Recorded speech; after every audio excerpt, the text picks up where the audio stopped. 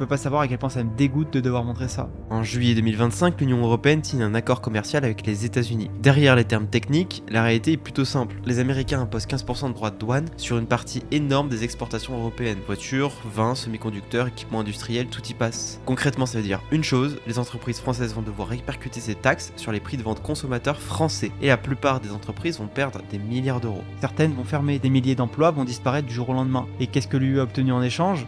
Rien, absolument rien. Ou plutôt si, elle a sûrement accepté pour plus de 750 milliards d'euros d'énergie et d'armes américaines dans les prochaines années. C'est-à-dire que l'UE, qui est fervent défenseur de l'écologie et de l'énergie verte, vient d'accepter des accords pour acheter du pétrole et du gaz américain acheminé en bateau en plus grande quantité qu'elle n'en a besoin, parce que de base, on l'achetait à la Russie et moins cher. Vous avez compris, l'énergie va coûter plus cher et va polluer plus que ce qu'on a actuellement. C'est une capitulation totale, une humiliation diplomatique. Même François Bayrou, Premier ministre du coup à ce moment, l'a reconnu publiquement parlant d'un jour sombre pour l'Europe. Et donc on se retrouve avec notre Premier ministre qui assume publiquement que ce deal a été signé contre l'avis et l'intérêt de la France.